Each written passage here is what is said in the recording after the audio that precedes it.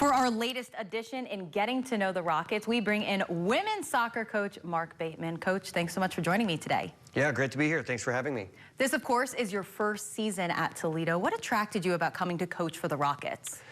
I think some of the opportunity of coaching Division I. I'm very familiar with the MAC. I have a lot of close colleagues within the MAC, so there's some familiarity there. Facilities are great. Location for me was great. I didn't have to move.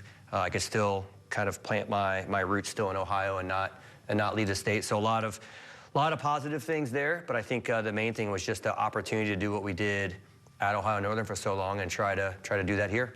You mentioned that stop at Ohio Northern. You spent nearly 2 decades there. What did you learn about yourself as a coach that you've now brought to this experience at Toledo?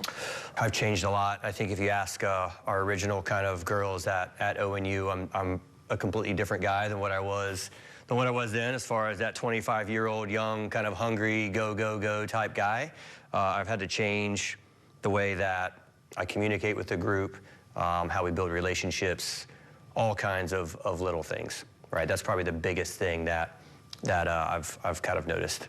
One of the unique challenges of stepping into a new program is the ability to set a new culture. Just kind of how have you started to develop that and then seen it come to fruition as we get into these later stages of MAC play? Yeah, that's a great question. I think that has been our main goal since we stepped kind of foot here, is kind of figure out the group, figure out which buttons to push on individuals, and help them kind of understand that this is a really once-in-a-lifetime opportunity, and if we do it right and do things consistently right, good things will happen. And as you've seen now these later stages of the season, just how have you seen that chemistry between yourself, the players, start to translate into the success that you're now seeing?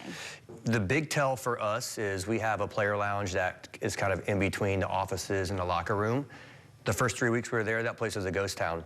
And now it's packed before practice. We're walking in, we're cracking jokes with the girls.